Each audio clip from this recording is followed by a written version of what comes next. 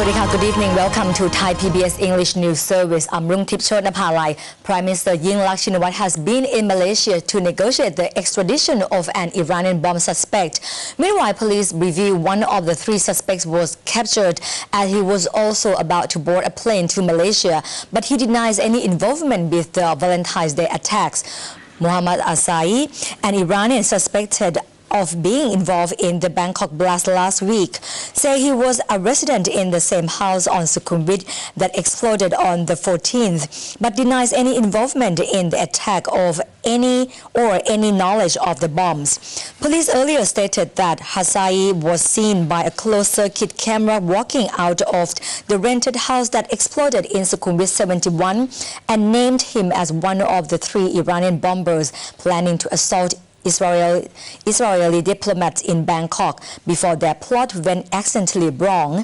Hasai was earlier taken to the rented house where the first blast took place to help with the investigation.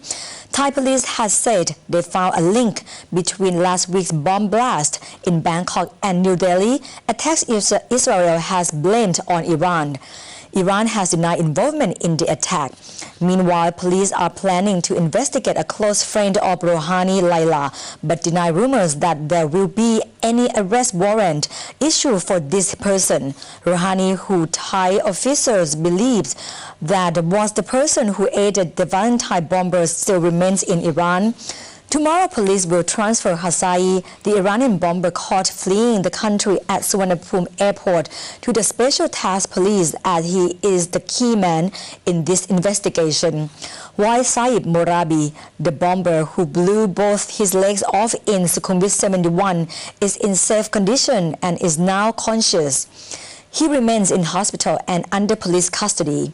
Prime Minister Yingluck Shinawatra went to Malaysia to request the arrest and return of one of the suspected bombers. Army Commander General Prayut Chan-o-cha insisted again today that Thailand is not the target of any terrorist group. However, authorities will remain on alert for any suspicious acts by certain groups of foreigners living in Thailand. Ali Akbar Salehi, the Iranian foreign minister, reiterated that his government had nothing to do with the terror attacks in Bangkok on Valentine's Day nor the similar events in India and Georgia. The minister claims that those plots have been devised and linked to the Iranian government by some rival countries to damage Iran's relationship with its allies.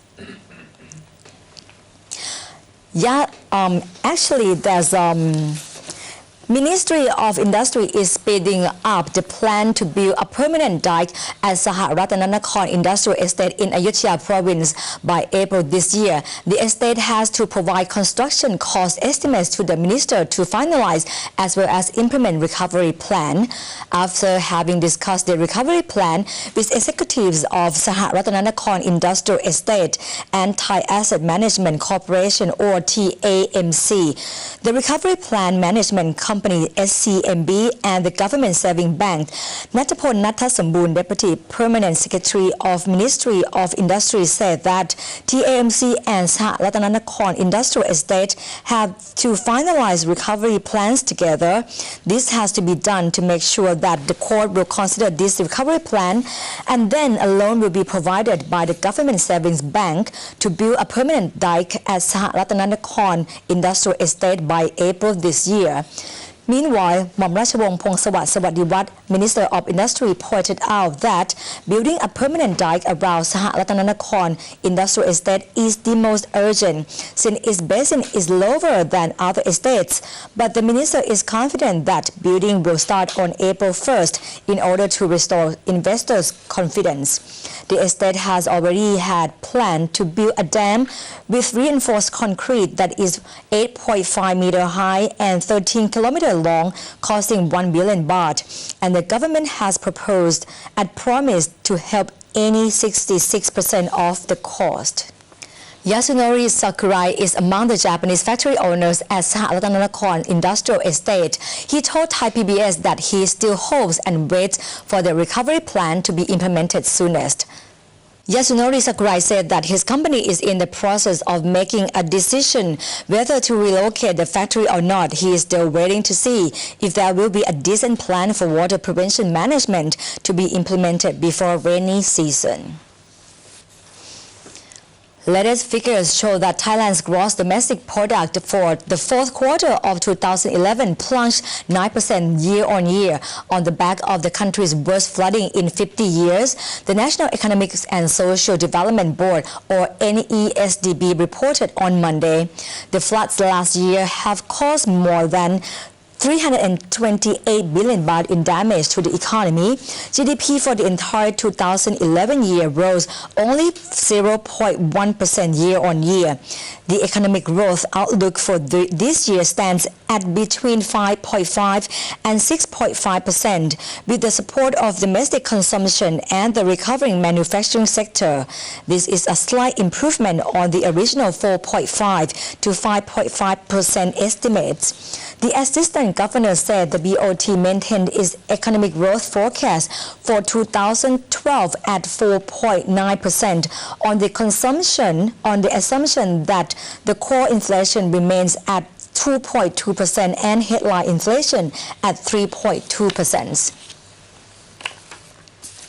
For over half a century, Thailand has been battling against the smuggling of drugs into this kingdom, many of which were produced and sent from neighboring countries.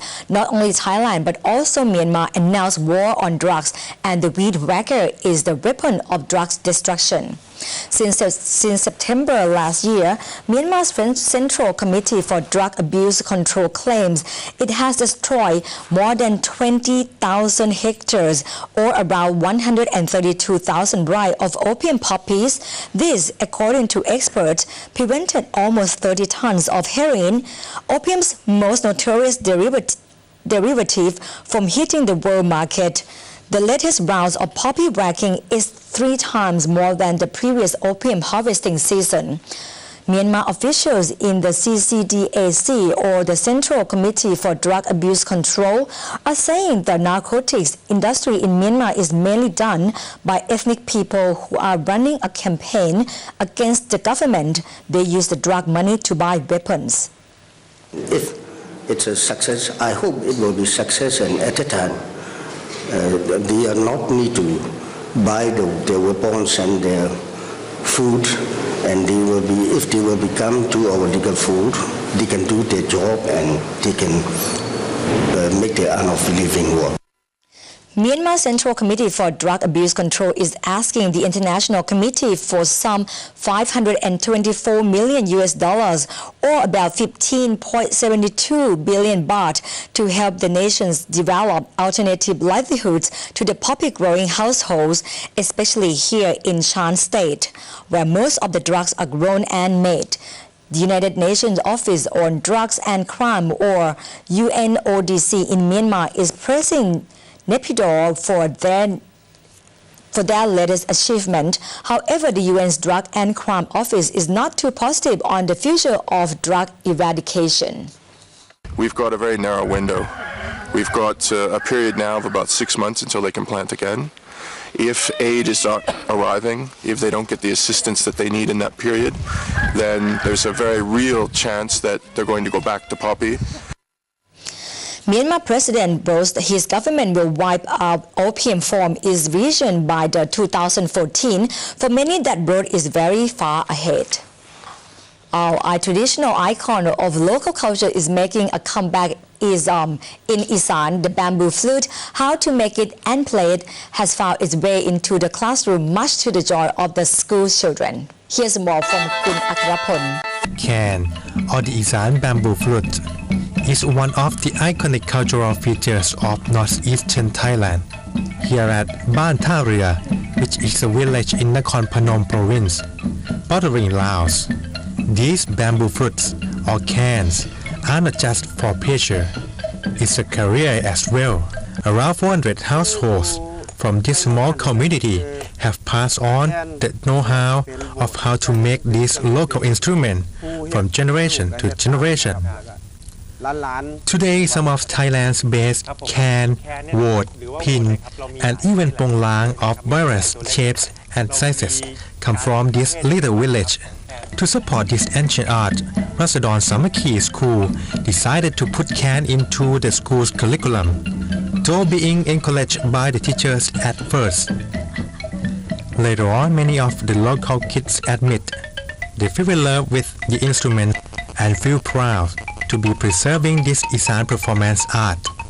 Archaeologists have evidence showing the bamboo flutes have been around for over 2,400 years. Whether or not it lives on, locals in the Khon Phanom province believe it depends on how the younger generation enhance this form of art. Akrapon Thongthradon, Thai PBS.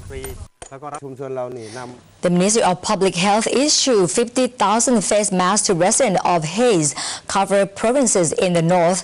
Air quality in many areas has already fallen below international standards, mostly due to farmers burning their fields in preparation for the planting season. It's been 3 days since the level of small particles floating into the air of Lamphun province, which is in the north of Thailand, has exceeded 208 micrograms per cubic meter. The governors of many northern provinces are calling on their provincial staff to curb the burning, despite the Natural Resources Act posing a penalty of 15 years of imprisonment and 100,000 baht fine for people burning their fields and causing haze. Locals are still breaching the laws. Authorities are worried that the haze will not only affect health of locals, but also the tourism and industrial sectors as well.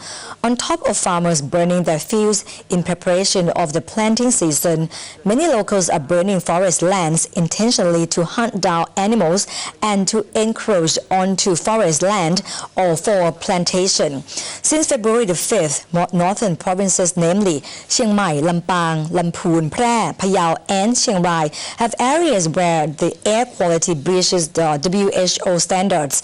The Ministry of Public Health has so far issued 50,000 face masks to residents of the haze-covered provinces. Following the Financial Action Task Force in Money Laundering or FATF adding Thailand to the blacklist countries for money laundering, Acting Secretary General of Anti-Money Laundering Office or the AMLO said that they will push forward the law for anti-money laundering and combating the financing of terrorism. Acting Secretary General of AMLO further explained that the FATF announced it's new. The Thailand is not yet on the blacklist, but it is among 5 countries that have been recently warned of the possibility of inclusion. It is mainly because Thailand does not have the laws in place and has failed to follow advice on anti-money laundering and combating the financing of terrorism or the AML-CFT. Being on the backlist of the anti-money laundering and combating the financing of terrorism will have an effect on international financial transactions that will be delayed and might lead to the trade protectionism from the G20 countries. Acting Secretary General of AMLO also stressed that blacklist issue is not related to the Sukhumvit explosion, which were considered as coincident. Earlier, I spoke with Associate Professor Sawani Thairungrod, Dean of the University of the Thai Chamber of Commerce or the UTCC, who said that Thailand has to act quickly and pass the laws on anti-money laundering and terrorism as soon as possible. Here's more. And most of people in Thailand won't get the direct impact, but the business people and the banks, large banks that have gone to do business abroad will get the direct impact, and it will delay the speed of doing business. They may have to put more people to prepare more paperwork, and it will take like before maybe 1 day to do the transaction, but later it may be like 3 days to 1 week for them to inspect all the process. Right. So this will weaken our strength in competitiveness as a place that people think that this is a place that have good location in AEC. And that wraps up tonight's edition of Thai PBS English News Service. I'm Rung Tip Chonapalai. Thank you for watching. Good night.